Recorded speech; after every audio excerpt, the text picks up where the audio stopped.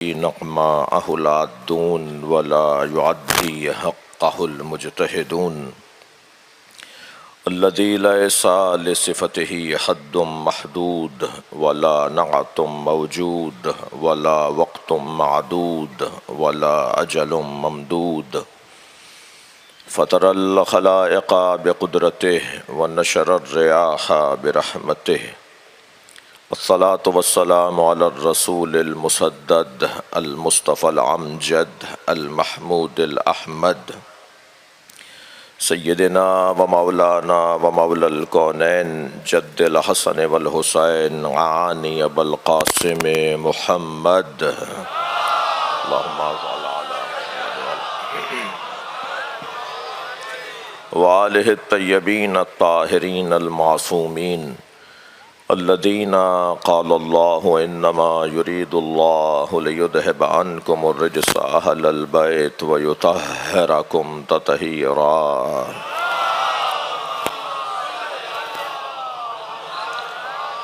ولعنة الله على أعدائهم أجمعين من يوم عداوتهم إلى قيام يوم الدين أما بعد قال الحكيم في قرآن الكريم بسم الله الرحمن الرحيم قل هل من شركائكم من يهدي إلى الحق قل الله يهدي للحق أفمن يهدي إلى الحق أحق أن يتبع أمن لا يهدي إلا أن يهدى فما لكم كيف تحكمون صلوات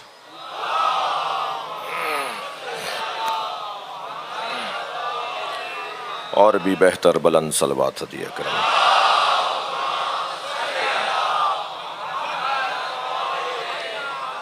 سورہ مبارکہ یونس کی 35ویں آیت ہے جسے تیسری مرتبہ آپ کے سامنے تلاوت کیا ہے۔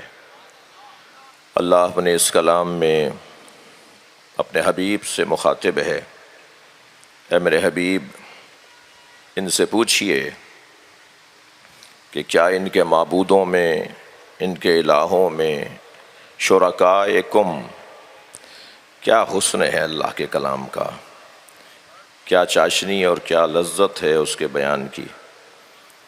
وہ یہ نہیں کہہ رہا کہ ان سے کہہ دیجئے کہ انہوں نے جو میرے شریک بنائے ہیں ان میں سے کوئی ہے کہ جو انہیں حق کی طرف ہدایت کرے، بلکہ کہہ رہا ہے کہ اے میرے حبیب ان سے کہہ دیجئے جو ان کے شریک ہیں، جبکہ مطلب یہی ہے، پیغام یہی ہے کہ جو انہوں نے معبود بنائے ہیں، میرے علاوہ کچھ لوگوں کو مانا ہے، تو کہتا نا کہ جو انہوں نے میرے شریک بنائے ہیں، اللہ کیسے مان لے کہ میرے شریک ہیں؟ تو اللہ نہیں مان رہا، وہ کہہ رہا ہے ان سے کہہ دیجئے جو ان کے شریک ہیں ان میں سے کوئی، صلوات پڑھ لیں ذرا محمد و آل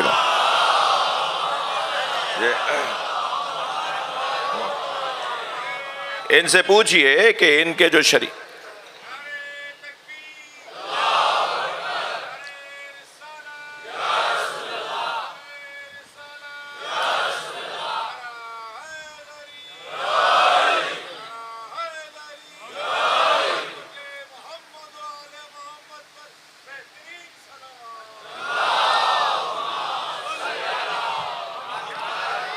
میرے حبیب ان سے پوچھ لیجئے کہ ان کے جو شریک ہیں کیا ان میں سے کوئی ہے جو حق کی طرف ہدایت کرے؟ اور پھر کہہ دیجئے قل اللہ یہدی للحق، ان سے کہہ دیجئے اللہ ہی ہے جو حق کے لیے ہدایت کرتا ہے۔ اچھا لہجہ بھی ذرا بدل کر ہے، ایک جانب تو کہا گیا کہ ان میں سے کوئی ہے جو حق کی طرف ہدایت کرے، پھر اللہ کہہ رہا ہے کہہ دیجئے کہ اللہ ہے جو حق کے لیے ہدایت کرتا ہے، یعنی اس کا مطلب یہ ہے کہ ہدایت کرنے والا اللہ ہے، حق کچھ اور ہے جس کی طرف ہدایت کی جاتی ہے۔ اب وہ حق، پھر آگے بات بڑھتی ہے، اے میرے حبیب ان سے کہیے کہ افمن یہدی الی الحق احق ان یتبع، جو حق کی طرف ہدایت کرتا ہے وہی تو حقدار ہے کہ وہ قابل اتباع، قابل پیروی شمار کیا جائے۔ امن لا یہدی الی ان یہدی، کیا جو حق جان چکا ہے، حق پہچان چکا ہے، جو حق یافتہ ہے، جو حق تک پہنچ چکا ہے، اس کی اتباع کی جائے گی، یا اس کی کہ جو ابھی خود محتاج حق ہے، یا وہ جو ابھی محتاج ہدایت ہے، جو ہدایت پا چکا ہے اس کی اتباع ہوگی، یا اس کی اتباع ہوگی جو خود محتاج ہدایت ہے؟ فما لکم کیف تحکمون، تمہیں کیا ہو گیا ہے، تم کیسے فیصلے کرتے ہو؟ فیصلہ تو یہ ہونا ہے کہ جو حق تک پہنچ چکا ہے اس کی اتباع کی جائے، اور انہیں چھوڑ دیا جائے کہ جو ابھی محتاج حق ہیں، محتاج ہدایت ہیں۔ عزیزو، بحث ہماری گفتگو یہاں تک پہنچی کہ عقیدہ امامت اس قوم کے بنیادی، اساسی اور اصولی عقائد میں سے ایک ہے۔ یہ چھوٹا سا بچہ بھی اگر میں اس سے پوچھوں گا بتاؤ اصول دین کتنے ہیں، تو یہ چھوٹا سا بچہ جو ماں کی گود سے سیکھ کر آیا ہے، پہلے مدرسے سے جو اس نے پڑھا ہے، وہ یہ اور تعلیم سے زیادہ بہتر اور فرفر بتائے گا۔ مثلا اس بچے سے پوچھ لیا جائے کہ بیٹا اصول دین کتنے ہیں، تو یہ فوراً بتائے گا توحید، عدل، نبوت، امامت، قیامت۔ پھر ان سے پوچھ لیا جائے کہ بیٹا فروع دین کتنے ہیں، تو یہ فرفر بتائیں گے، نماز، روزہ، حج، زکوٰۃ، خمس، جہاد، امر بالمعروف، نہی عن المنکر، تولی، تبرع۔ صلوات پڑھیں ذرا۔ یہ میں نے بھی وہی سبق دہرایا ہے جو ہماری ماں نے ہمیں پڑھایا تھا۔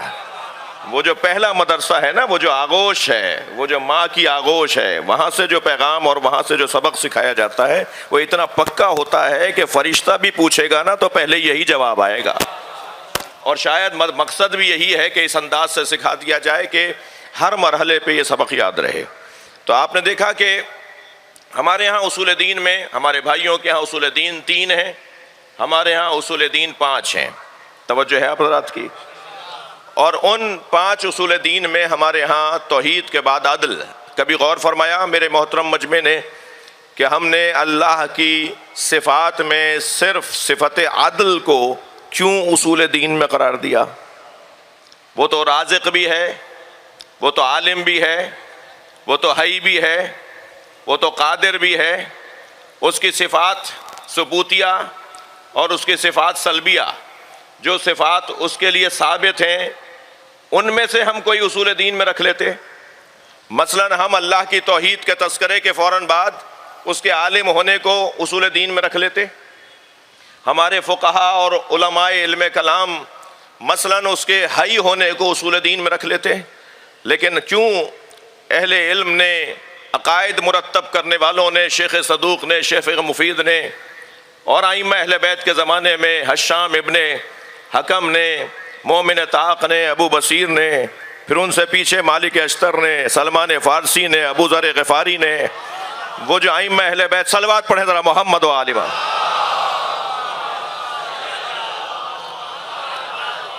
وہ جو ائمہ اہل بیت سے سیکھ کر انہوں نے، ائمہ اہل بیت کے بتانے پر انہوں نے اپنے عقائد کو منتب کر کے ہم تک پہنچایا ہے، وہ چاہتے تو ان اللہ کی صفات کو اصول دین میں قرار دے دیتے۔ لیکن کیوں عدل کو؟ توجہ چاہوں گا عزیزو، عدل کو صفت اصول دین کے اندر اصل اصول اس لیے قرار دیا گیا کہ اللہ، توجہ، اللہ کا یہ عنوان اس کے یاد کرنے کا، یعنی اصول دین میں توحید کے بعد عدل۔ عدل اللہ کی وہ صفت ہے جو ساری صفات پر حاکم ہے، یعنی اس کا علم اس کی عدل کی بنیاد پر ہے، اس کی قدرت اس کی عدل کے بنیاد پر ہے۔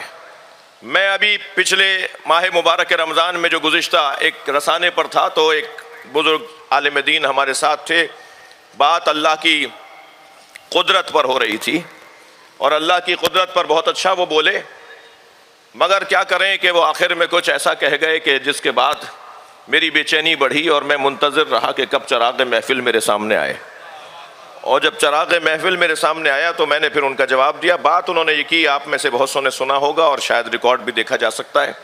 بات انہوں نے یہ کی کہ اللہ قادر ہے. اب وہ جملہ نقل کفر نباشد, مجھے معاف کریں گے کچھ دیر کے لیے. انہوں نے کہا اللہ قادر ہے, اور جو قادر ہے وہ قادر ہے, وہ چاہے تو نقل کفر نباشد, وہ چاہے تو معاذ اللہ یزید کو جنت میں بھیج دے. تو اب میں بہرحال انتظار میں تھا, اور جب چراغ میرے سامنے آیا تو میں نے کہا جی مولانا نے اللہ کی قدرت کو تو بہت اچھا بیان کیا, مگر بھول گئے کہ اللہ عادل بھی ہے. صلوات پڑھ لیں محمد و آل محمد.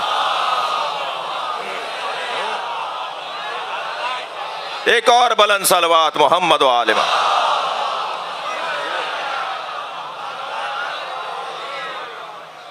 اللہ کے عدل کا تقاضا یہ ہے کہ جو جہاں کا ہے اسے وہاں رکھا جائے. عدل الہی کا تقاضا یہ ہے کہ جس کی جو جگہ ہے اسی جگہ پہ اسے رکھا جائے. اور عدل کی تعریف بھی یہی ہے کہ وضع الشیء علی محلہ, توجہ, ہر شے کو اس کی اپنی جگہ پہ رکھنا عدل ہے. ٹوپی سر پہ رکھی جاتی ہے, جوتیاں پیر میں, جگہ بدل دیں گے تو یہ ظلم کہلائے گا, اور اس کو اپنی جگہ رکھیں گے تو یہ عدل کہلائے گا. توجہ چاہوں گا عزیزان گرامی, میرا مضمون عدل الہی نہیں ہے, عدل میرا مطلب اور مضمون نہیں ہے, مگر میں تمہیدی بیان سے گزر رہا ہوں. 2 رکعت کا جز وقتی امام جس قوم میں عادل ہو, بھائی میرا اور میرے اللہ سے تعلق ہے نا نماز. پوری قوم ڈھونڈتی ہو ایسے امام کو, ایسے پیش نماز کو, میں تھوڑا سا اپنے بھائیوں کے لہجے میں بول دیتا ہوں, ایسے امام صاحب کو ڈھونڈتی ہو جو 2 رکعت کا جز وقتی امام ہو, تو لازم ہے کہ وہ آگے کھڑا ہو جو عادل ہو. جس قوم کا جز وقتی امام عادل ہو, اس قوم کا کل وقتی امام کتنا بڑا معصوم ہوگا. لازم ہے کہ پھر جب قوم کی کوئی ہدایت اور رہنمائی کر رہا ہو تو پھر وہ عادل یعنی شدت عدل کی وجہ سے عصمت کے درجے پر ہو. عصمت عدل کے خاندان کا اور عدل کے رستے کا ایک کمال کا عنوان ہے. یعنی جب کمال پر عدل پہنچ جائے تو وہ عصمت کا عنوان پاتا ہے. عصمت کوئی علیحدہ سے چیز نہیں ہے. عدل کی شدت کو عصمت کہا جاتا ہے, عدل کے کمال کو عصمت کہا جاتا ہے. لہذا عدل ہمارے ہاں. اس کے بعد ہم نے عدل الہی کا تقاضا یہ ہے کہ وہ ہدایت کے لیے نبی بھیجے.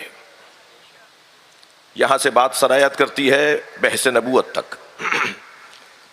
عدل الہی کا تقاضا یہ ہے کہ وہ نبوت سے ہمیں سرفراز فرمائے, یعنی ہمیں ایک نبی عطا کرے کہ جو ہمیں ہدایت عطا کرے.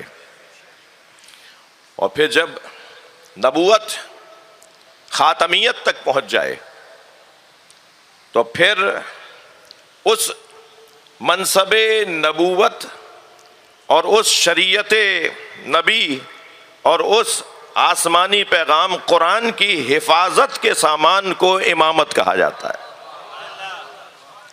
امامت منصب نبوت کی محنتوں کی حفاظت ہے, تحفظ ہے. جو کچھ آیا ہے اسے قیامت تک ایسے ہی لے جایا جائے کہ جیسا لایا گیا تھا. ایک لفظ استعمال ہوتا ہے میرے محترم سننے والوں,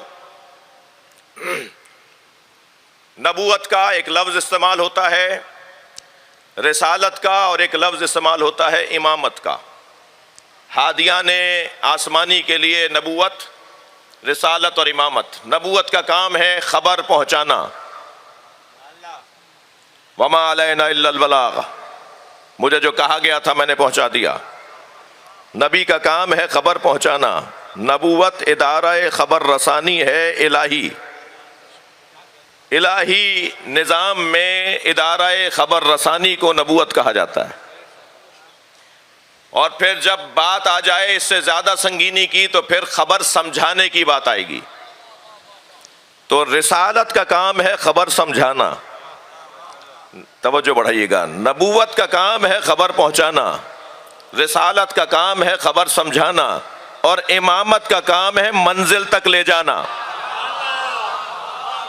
جسے علم کلام کی زبان میں کہتے ہیں ایصال الی المطلوب، مقصد تک اور مطلب تک اور منزل تک لے جانا۔ ابھی منزل کہاں آئی ہے؟ قیامت باقی ہے، تو ابھی منزل نہیں آئی ہے تو امام کی ضرورت ہے۔ اب ہر دور میں ایک امام کی ضرورت ہے جو ایصال الی المطلوب کی ذمہ داری رکھتا ہو۔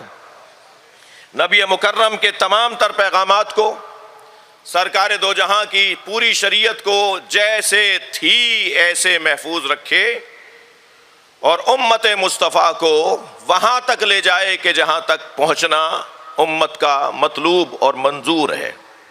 یہ ہے امامت کا مقصد۔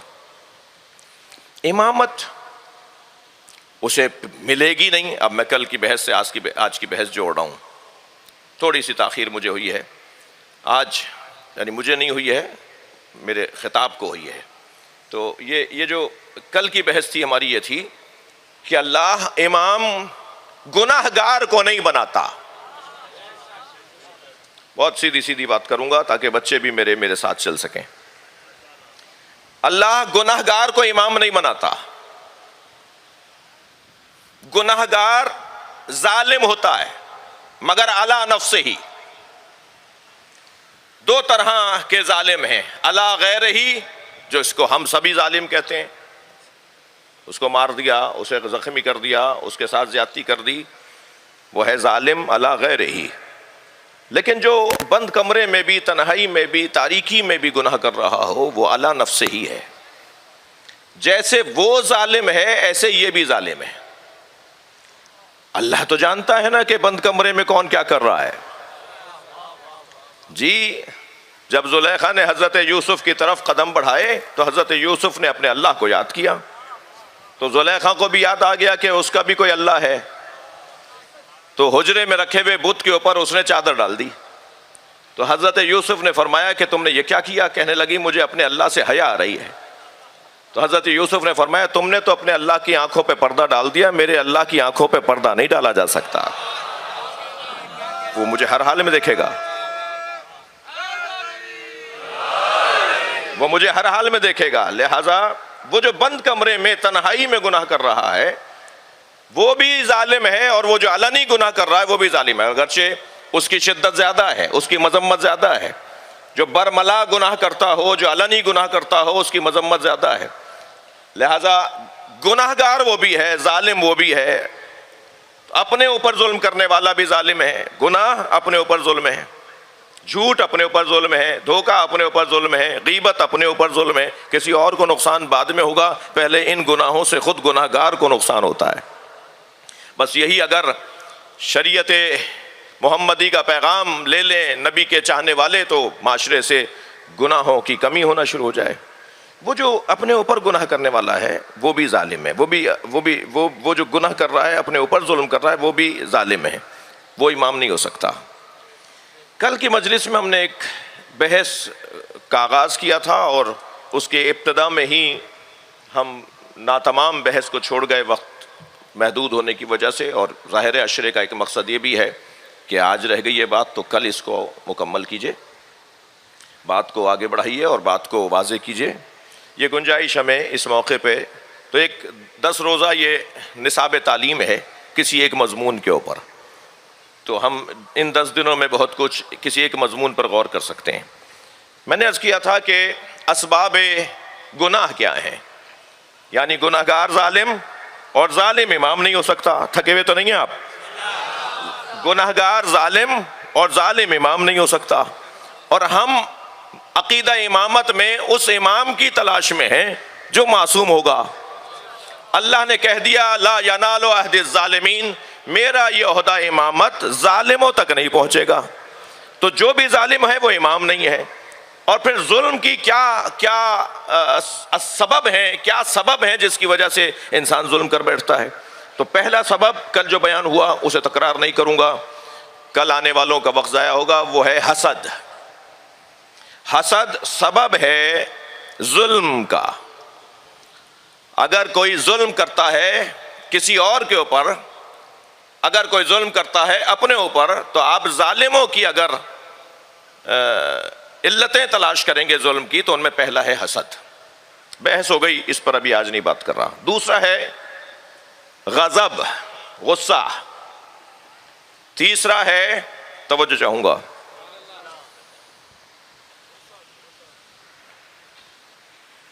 دوسرا ہے غضب اور تیسرا ہے شہوت.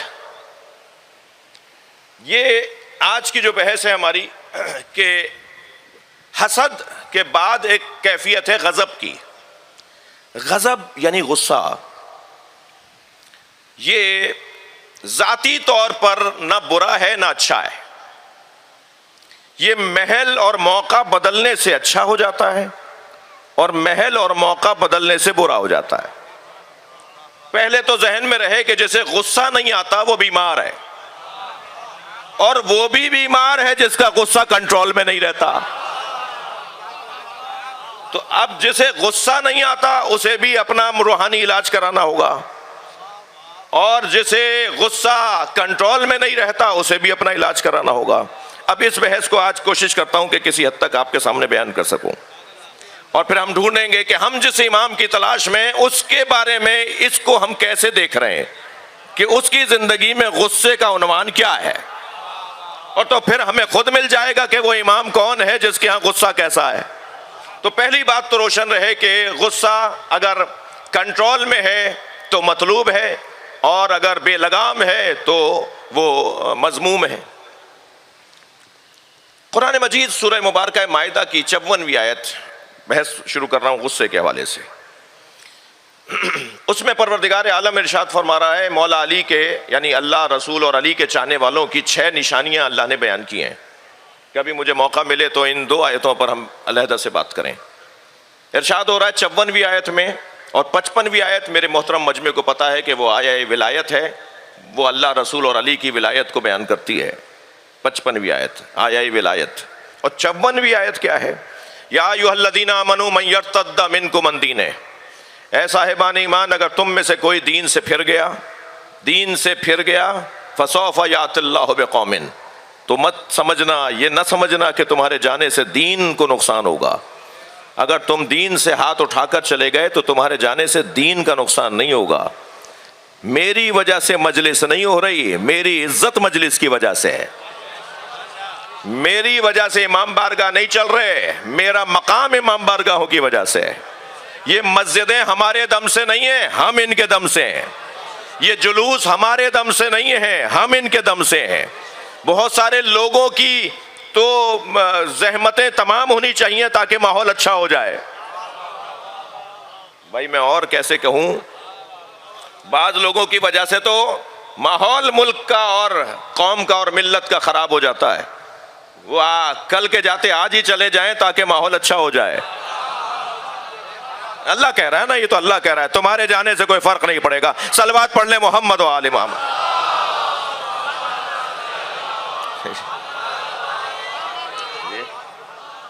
میں یرتد منکم عن دینہ، اے صاحبان ایمان. اچھا بات مومنوں سے ہو رہی ہے، بات مومنوں سے ہو رہی ہے. اے صاحبان ایمان اگر تم میں سے کوئی دین سے پھر گیا فسوف یأتی اللہ بقوم، تو اللہ ایک اور قوم کو لے آئے گا جن میں یہ 6 صفتیں ہوں گی. علی والے نشانیوں کے ساتھ جیتے ہیں، علامتوں کے ساتھ جینا ہی تو ہنر ہے. بھیڑ میں گم ہو جانے والا علی والا نہیں ہوتا، مجمع میں ممتاز نظر آنے والا حیدری ہوا کرتا ہے. میں کیا کروں کہ میں نشانیوں کے ساتھ زندگی گزاروں. میں ان بچوں جوانوں سے جو مجلس میں اکثریت میں بیٹھے ہیں ان سے گزارش کر رہا ہوں، اپنی نشانیوں کو گم نہ کرنا. جو قومیں نشانیاں بھلا دیتی ہیں وہ قومیں جلدی مٹ جاتی ہیں. یہ علم تمہاری نشانی ہے، یہ کالے کپڑے تمہاری نشانی ہے، یہ ماتم تمہاری نشانی ہے، یہ عزائے حسین تمہاری نشانی ہے. اپنے آپ کو بھلا دینا، علم کو نہ بھلانا. یہ قرآن ہماری، اللہ کے کرم سے ہمارے پاس جو قرآن جیسی دولت اور نعمت ہے، یہ ہماری نشانی ہے. یہ محبت اہل بیت ہماری نشانی ہے. صرف ایک جملہ کہتا ہوا گزر رہا ہوں، اگر اسے میرے سوشل میڈیا کے ایکٹیوسٹ لوگ اسے پھیلانا بھی چاہیں تو میری طرف سے اجازت ہے. اور جملہ یہ ہے کہ سویڈن میں جو قرآن کی توہین ہوئی تو پیغام دیا جائے اس سال عزاداری سید الشہداء کے ذریعے سے کہ شیعان حیدر کرار قرآن کی حفاظت کرنا بھی جانتے ہیں، قرآن دشمنوں سے بات کرنا بھی جانتے ہیں.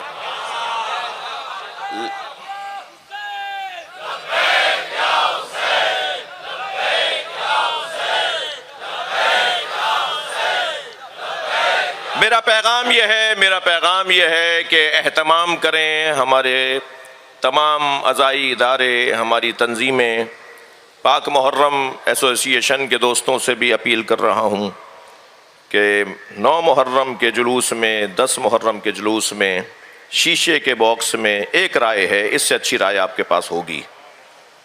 قرآن کو سجا کے رکھا جائے اور وہ جلوس میں وہ کسی سواری پر رکھ کر جلوس میں اسے لے کے چلا جائے.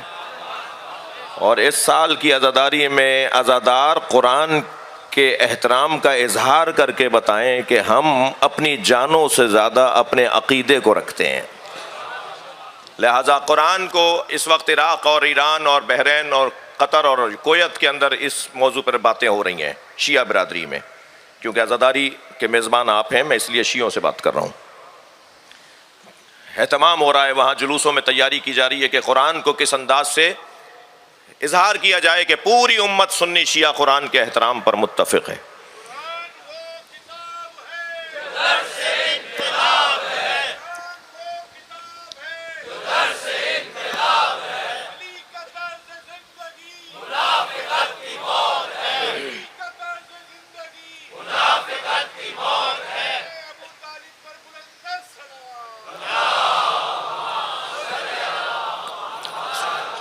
کوئی بھی بہتر طریقہ، یہ ایک میری رائے تھی، ضروری نہیں ہے، اس سے اچھے آئیڈیاز، اچھے خیالات آپ کے ذہن میں آ سکتے ہیں.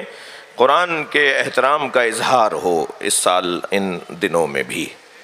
توجہ ہے آپ حضرات کی؟ صرف ایک جملہ ضرور کہنا چاہوں گا، نشانیوں کے ساتھ جیو. جو نشانیوں کے ساتھ جیتے ہیں وہ گم نہیں ہوتے. علامتوں کے ساتھ رہنا ہی ہنرمندی ہے. تمہاری چال بتائے کہ تم علی والے ہو، ہمارا حلیہ بتائے کہ ہم حسین والے ہیں. کسی نے دیکھا نہیں تھا کہ بت ابراہیم نے توڑے ہیں، مگر سارا شہر کہہ رہا تھا کہ یہ کام ابراہیم کا ہے. مولا علی جسے مارتے تھے نا، جس شخص کو قتل کرتے تھے جنگ میں، وہ جنازہ پکار کے کہتا تھا مجھے علی نے مارا ہے. کام بتائے کہ کس کا کام ہے، طریقہ کار بتا دے کہ یہ کون کر سکتا ہے، کوئی اور نہیں کر سکتا، سوائے ان کے کوئی اور نہیں کر سکتا. تو نشانیاں، شیعوں کی نشانیاں 6 نشانیاں اللہ بیان کر رہا ہے. مَن یرتد منکم عن دینہ فسوف یأتی اللہ بقوم. کیا پہلی نشانی؟ یحبہم ویحبونہ اذلۃ علی المؤمنین اعزۃ علی الکافرین لا یجاہدون فی سبیل اللہ لا یخافون لومۃ لائم. یہ 6 نشانیاں. مجھے ان کے ترجمے پر رخصت دیجئے، وقت میرے پاس تنگ ہو رہا ہے. ان 6 میں سے ایک نشانی جو میرے مضمون میں ہے، اور وہ ہے کہ اعزۃ اذلۃ علی المؤمنین، مومنین کے سامنے وہ خاکسار رہتے ہوں گے، اور اعزۃ علی الکافرین، مگر کافروں سے وہ اکڑ کر بات کریں گے. یہ جو کافروں پہ عزیز اللہ دیکھنا چاہتا ہے نا، ہمیں کافروں پر اللہ عزیز دیکھنا چاہتا ہے، کافروں پر ہمیں برتر دیکھنا چاہتا ہے، کافروں پر ہمیں بڑا دیکھنا چاہتا ہے. کافر ہمارے زیر اثر رہیں مگر ہم کافروں کے زیر اثر نہ رہیں. یہ چاہتا ہے اللہ ہم سے.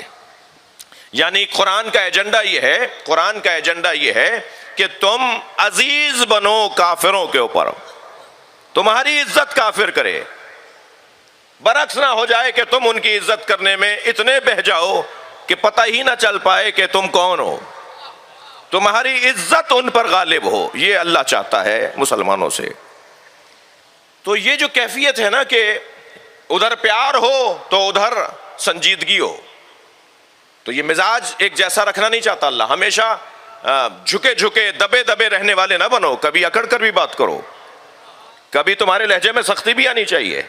تو غصہ اگر کنٹرول میں رہے تو مطلوب ہے، اور باہر نکل جائے تسلط سے اور کنٹرول سے تو وہی مذموم ہے. غصہ بری شے نہیں ہے. جی سب سے پہلے توجہ چاہوں گا، قرآن کی زبان میں غصے کی تاریخ میں منظر ایک عجیب نظر آ رہا ہے۔ معصوم ہوتے ہوئے گھونسا مار رہے ہیں حضرت موسیٰ۔ قرآن ہے یہ، نبی ہوتے ہوئے حضرت موسیٰ نے مکہ مارا ہے اپنے مخالف کے۔ بھائی دیکھیں، نبی ایک موسیٰ، امام ایک موسیٰ۔ توجہ چاہوں گا آپ سے اس جملے پر، نبوت میں ایک موسیٰ، امامت میں ایک موسیٰ۔ ایک غصے کا اظہار کر رہا ہے، ایک کاظم بن کے سامنے آیا ہے، غصے کو پی جانے والا۔ صلوات پڑھ لیں مولا امام موسیٰ کاظم کی ذات پر۔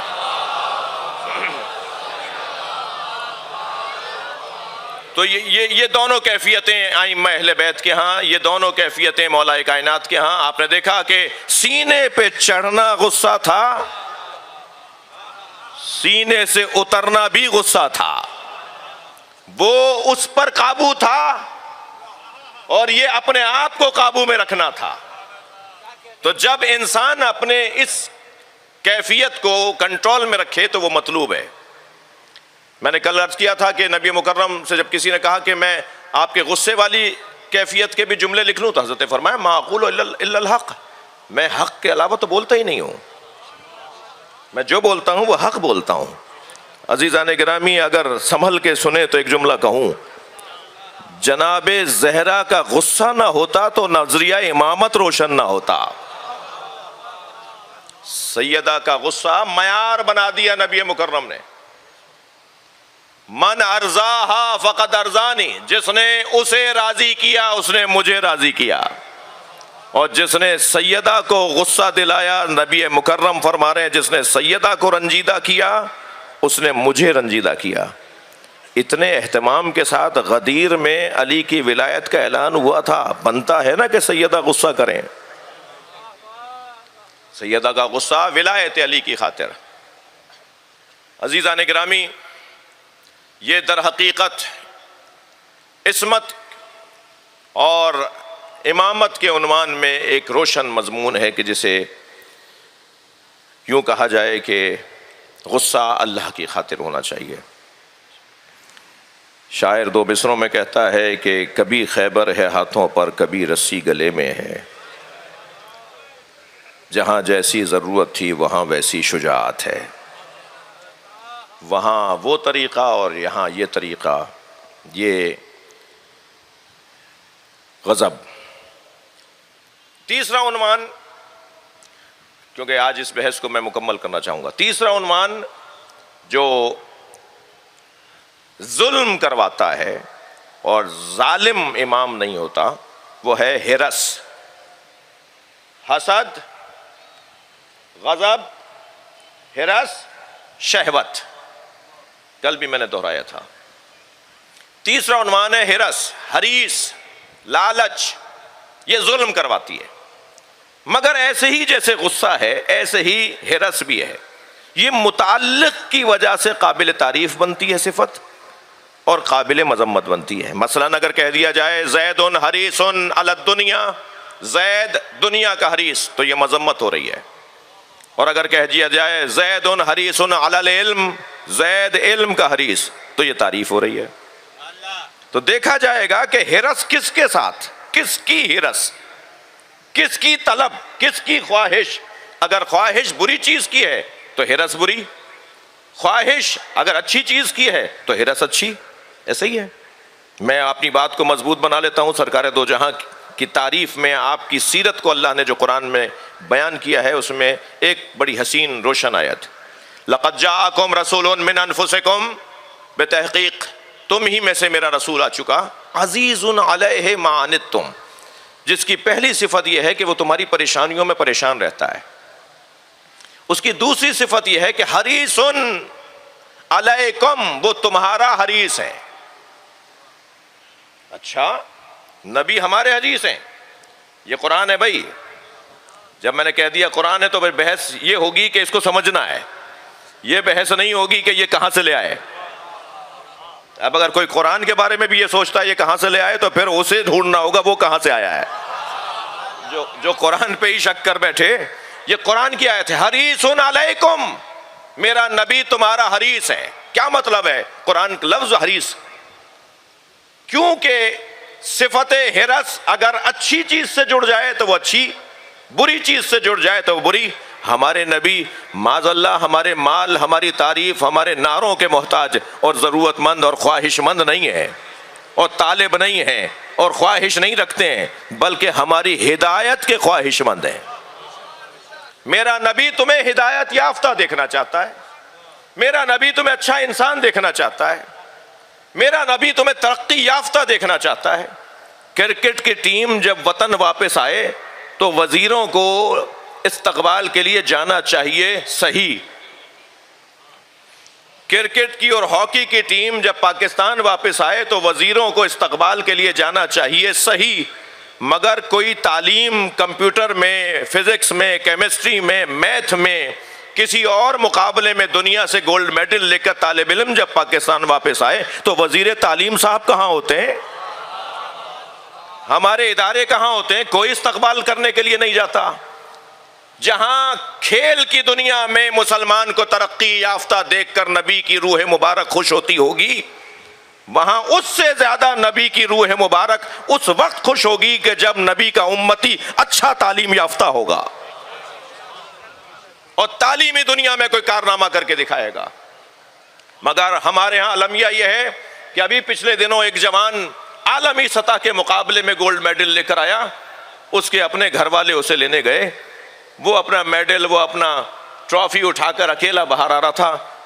ہماری مملکت کے لوگوں کو نہیں پتا تھا کہ کوئی کارنامہ کر کے پاکستان واپس آیا ہے، بلکہ میں اگر اس کا نام بتا دوں گا تو شاید اسے مار بھی دیا جائے۔ ہمارے ہاں تو یہ المیہ ہے کہ پڑھے لکھے لوگوں کو یا ملک سے باہر جانا ہے یا پڑھے لکھے لوگوں کو مر جانا ہے۔ جی، نبی ہماری ترقی کے حریص ہیں، نبی ہمیں ترقی یافتہ دیکھنا چاہتے ہیں۔ میرے عزیزوں، میرے محترم سننے والوں، وہ کسی سے کیا حرص کرے گا جو سویا تھا تو نفس رسول تھا، اٹھا تو نفس اللہ بن گیا۔ صلوات پڑھ لیں محمد و آل محمد پر۔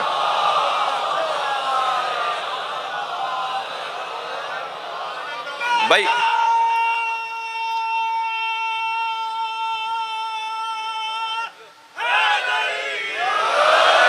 وہ علی کس سے کیا حرص کریں گے، وہ علی کس سے کیا چاہیں گے، توجہ چاہ رہا ہوں، کہ جس سے اگر روٹی کا ٹکڑا مانگا جائے، توجہ، اور وہ قمبر سے کہیں کہ قمبر روٹی دے دو، اور قمبر کہیں مولا روٹی تو اونٹ کے اوپر لدے ہوئے سامان میں بندھ گئی، تو حضرت نے فرمایا اونٹ کہاں ہے؟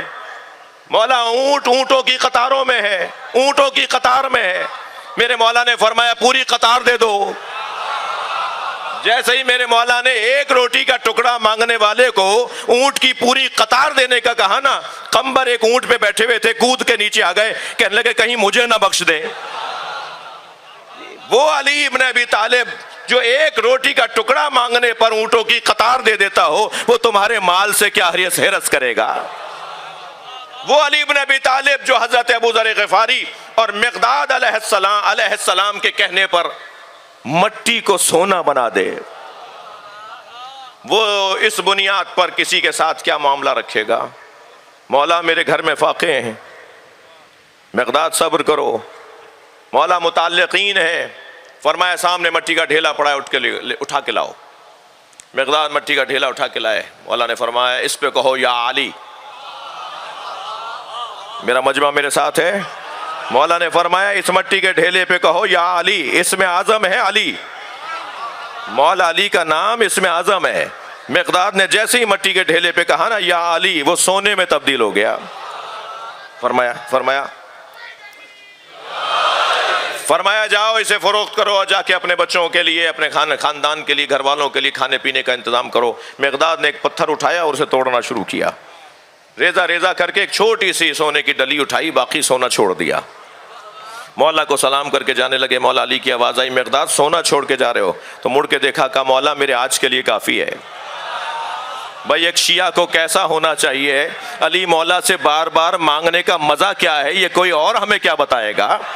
میرے مولا نے فرمایا مقداد لے جاؤ، تمہارے کل کے کام آئے گا۔ آپ جملہ سنیں ایک علی کے چاہنے والے کا، فرمایا مولا کل کی فکر وہ کرے جس کے پاس آپ جیسا مولا نہ ہو۔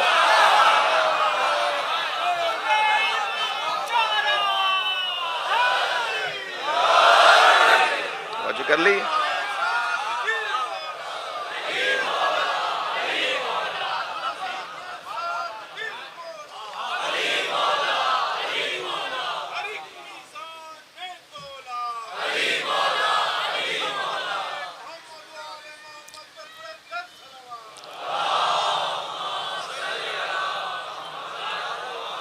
بھائی وقت تنگ ہے، مگر میرے پاس یہ میری اپنے ہاتھ کی گھڑی تو کام کر رہی ہے، تو بہرحال مجھے اندازہ ہے کہ وقت تنگ ہے، مگر میرا دل کہہ رہا ہے کہ ایک منزل اور آگے آئی ہے۔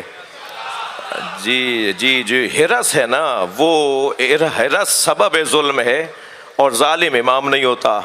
جس علی نے دنیا کو 3 طلاقیں دے دی ہوں، وہ کسی کے مال کی طرف کیا دیکھے گا؟ فرماتے ہیں قد طلقتک ثلاثا لا رجعت فیہا، اے دنیا جا، میں نے تجھے 3 طلاقیں دے دی، اب تجھے حق رجوع بھی نہیں ہے۔ مجھے اجازت دیجئے کہ اس بحث کو اگر ضروری سمجھتے ہیں تو کل تھوڑی سی اس بات کو پر تھوڑی دیر آپ کے ساتھ رکوں، کیونکہ ایام کریا ازاری کے اور پرسے کے ہیں، اور وقت بہت تنگ ہو گیا، اور مجھے آپ اجازت دیں کہ ہم کربلا چلیں۔ چلیے میرے ساتھ اپنے ذہنوں کو کربلا لے چلیے۔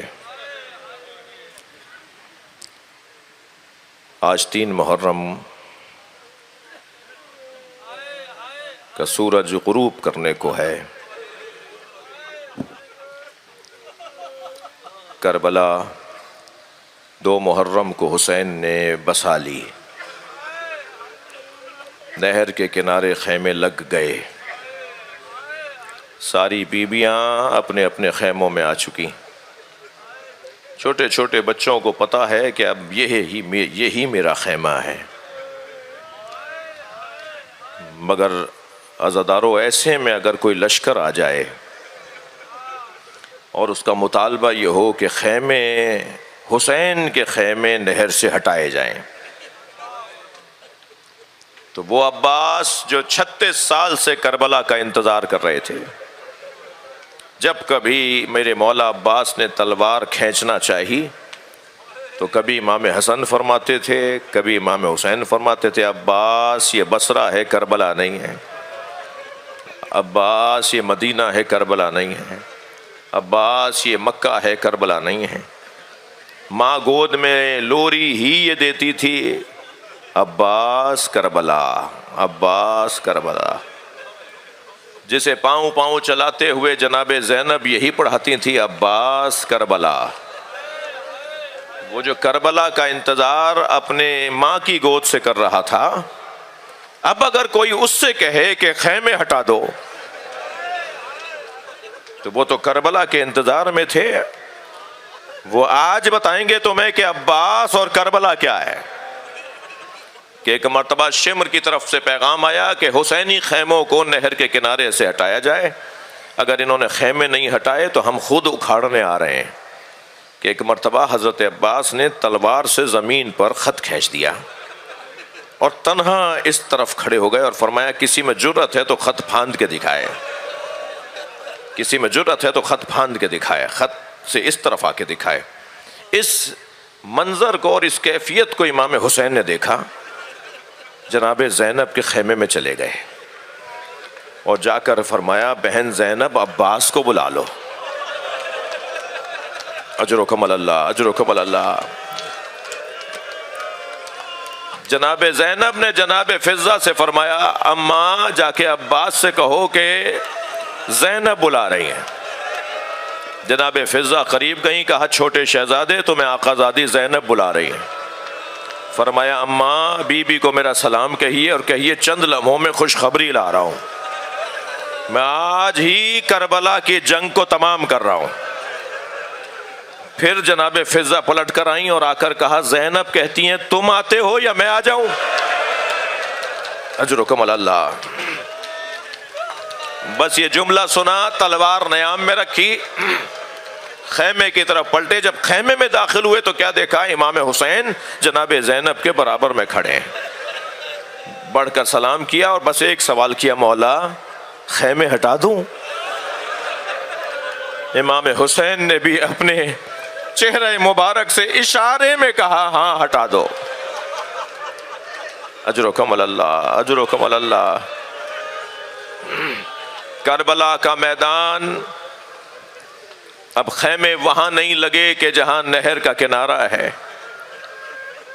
پانی ظاہراً 7 محرم سے پہلے بند ہوا ہے، 7 محرم سے تو پانی ختم ہوا ہے.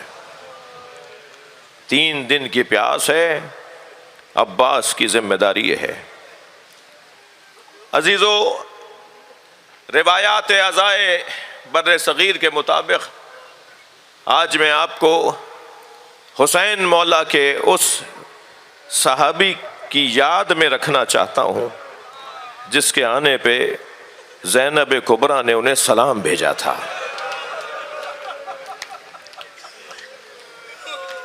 تاریخ لکھ دیتی کہ اس طرف تو 500 سے زیادہ حافظان قرآن تھے. حسین کے ساتھ کون سے صحابی تھے؟ یہ تو ایک خاندان کی دوسرے خاندان کے ساتھ مسئلہ تھا، مگر امام حسین نے زہیر قین، حبیب ابن مظاہر، مسلم ابن اوسجہ، عابس، شوذب، ان صحابہ کرام کو کربلا میں اپنے ساتھ رکھا تاکہ یہ بھی ایک عنوان مکمل ہو جائے. خط لکھا حبیب ابن مظاہر کو اور خط میں لکھا من الحسین ابن علی الی رجل فقیہ حبیب ابن مظاہر سلام علیکم. اے حبیب، تمہیں ہماری نبی کے ساتھ نسبت کا احساس تو ہے، بس جان لو میں کربلا میں دشمنوں میں گھر چکا ہوں. والسلام حسین ابن علی. دروازے پہ دستک ہوئی، فرمایا من الباب، کون ہے دروازے پر؟ تو قاصد نے آواز دی انا برید الحسین، میں حسین کا قاصد ہوں. ہاتھ پیر پھول گئے، دروازے پر جلدی سے دوڑتے ہوئے آئے، ہاتھ سے میرے مولا حسین کا خط لیا، آنکھوں سے لگایا، خط کو کھول کے دیکھا تو حسین نے حبیب کو یاد کیا ہے کہ کربلا آ جاؤ. گھر میں داخل ہوئے تو زوجہ نے بڑھ کر پوچھا کیا ارادہ ہے؟ کہ حسین ابن علی نے مدد کو پکارا ہے، مگر میں بوڑھا ہو گیا ہوں، میں مدد کرنے کیا جاؤں گا. بس یہ جملہ سنا، زوجہ اپنی جگہ سے اٹھی، سر پہ چادر رکھ کر سامنے آ کے کھڑی ہو گئی. کہنے لگی تمہیں نے تو ابھی بتایا ہے کہ حسین کے ساتھ زینب بھی ہیں. اجرکم اللہ. مختصر کر رہا ہوں وقت کی تنگی کی وجہ سے، کہ اگر حبیب تم نہیں جانا چاہتے تو میں نبی زادے کی خدمت کے لیے جاؤں گی، میں نبی زادیوں کی خدمت کے لیے جاؤں گی. اجرکم اللہ. کہ ایک مرتبہ حبیب نے آواز دے کر کہا اللہ رے غربت حسین، جن پر خواتین بھی ترس کھا رہی ہوں. اپنے غلام کو بلایا، گھوڑا تیار کرو، فلاں جگہ جا کے کھڑے ہو جاؤ، میں کچھ دیر میں وہاں پہنچوں گا. غلام گھوڑا لے کر ایک منزل پر کھڑا انتظار کر رہا ہے. حبیب بے راہوں سے ہوتے ہوئے، نامانوس رستوں سے ہوتے ہوئے وہاں پہنچنا چاہتے تھے. پہنچنے میں تاخیر ہوئی. تاخیر جو ہوئی تو غلام گھوڑے سے کہہ رہا تھا کچھ دیر اور انتظار کرتے ہیں، اگر حبیب نہیں آئے تو میں تیری پوچھ پر بیٹھ کر حسین کی مدد کرنے جاؤں گا. آگے بڑھ کر ایک مرتبہ آفرین مرحبا کہا، تم نے میرے مولا حسین پر محبت کا اظہار کیا، جا میں نے اسی بات پہ تجھے آزاد کیا. کہ مالک ساری زندگی اپنی خدمت میں رکھا، اب نبی زادے کی خدمت کا مرحلہ ہے، مجھے آزاد نہ کریں، مجھے کربلا لے جائیں. حبیب اپنے غلام کو بھی اپنے ساتھ کربلا لے آئے. جیسے ہی کوفے کی طرف سے گرد اٹھنا شروع ہوئی نا تو امام حسین نے آواز دی عباس علی اکبر آؤ، میرا حبیب آ رہا ہے، بڑھ کر استقبال کرو. سب نے مل کر حضرت حبیب ابن مظاہر کا استقبال کیا. امام حسین نے گلے لگایا. اپنے ساتھ کچھ آگے لائے تھے کہ جناب فضہ نظر آئیں. انہوں نے آگے بڑھ کر کہا اے مولا حسین، زینب نے حبیب کو سلام کہا. بس یہ جملہ سنا حبیب نے سر سے امامہ اتار دیا، اللہ رے غربت اہل بیت، مجھ جیسے اس قابل کہاں کہ نبی زادیاں بھی ہمیں سلام بھیجیں۔ اجرکم اللہ، اجرکم اللہ۔ ایک منزل اور آگے آ جائیے، گریہ ہو گیا، پورے نشتر پارک میں گریہ کی صدائیں بلند ہیں۔ اللہ آپ کو اجر و ثواب عطا فرمائے، کوئی غم نہ دے۔ حبیب ابن مظاہر جب امام حسین سے اجازت لے کر گئے ہیں نا اپنی قربانی کے لیے، جہاد کرنے کے لیے، تو امام حسین نے خود رخصت کیا ہے۔ اور جب حبیب کا سلام آخر آیا، 80 ضعیفی میں 80 دشمنوں کو فنار کیا حبیب نے، اور جب خود حبیب زخموں سے تاب نہ لاتے ہوئے زمین کربلا پہ گرے اور امام حسین کو سلام آخر کہا، تو خود امام حسین لاشا اٹھانے بڑھے اور ایک جملہ کہتے ہوئے بڑھے، یا اللہ میں گواہی دیتا ہوں یہ حافظ قرآن تھا، یا اللہ میں گواہی دیتا ہوں یہ قاری قرآن تھا، یا اللہ یہ قرآن بہت سرعت کے ساتھ پڑھتا تھا اور عامل قرآن تھا۔ میرے مولا حسین حبیب کا لاشا گنج شہیدہ میں لے آئے، بہت گریہ ہو گیا عزادارو، میرے حصے کا بیان مکمل ہو گیا۔ حبیب ابن مظاہر کا ایک بیٹا قاسم ابن حبیب ابن مظاہر، وہ کربلا میں اپنے بابا کے ساتھ اس لیے نہیں آیا کہ جس وقت حبیب آ رہے تھے وہ مسافرت پر تھا، اور جب واقعہ کربلا گزر گیا تب اسے احساس ہوا کہ میرے بابا بھی شہید ہو گئے، حسین بھی مارے گئے۔ لیکن جب یہ قافلہ اسیروں کا قافلہ، نیزوں کی انیوں پہ سوار کٹے ہوئے سروں کا قافلہ مختلف شہروں سے گزرنے لگا، اور جب یہ کوفے کو گزار کر آگے بڑھے تو ایک صحرا سے یہ قافلہ گزر رہا تھا، قاسم ابن حبیب نے اپنے 10 نوجوان دوستوں کے ہمراہ قافلے پر حملہ کیا اور اپنے بابا کا سر خولی کے ہاتھ سے چھیننے میں کامیاب ہوا۔ اور سر لینے کے بعد جو جگہ جگہ دوست لڑ رہے تھے نا انہیں آوازیں دینے لگا، واپس چلو، میں نے اپنے بابا کا سر لے لیا، جس کا جوان بیٹا زندہ ہو اس کے باپ کے سر کو کوئی ایسے نہیں لے جا سکتا۔ یہ آواز امام سجاد کے کانوں میں آئی، اپنی ہتھکڑیاں بیڑیاں سنبھالی، آواز دی، السلام علیکہ یا ابا عبداللہ۔ بابا کسی جوان بیٹے کے لیے یہ گرا ہے کہ اس کے بابا کا سر نیزے کی انھی پر ہو۔ آپ کا بیٹا مشیت کا پابند ہے۔ اللہ لعنت اللہ علی القوم الظالمین۔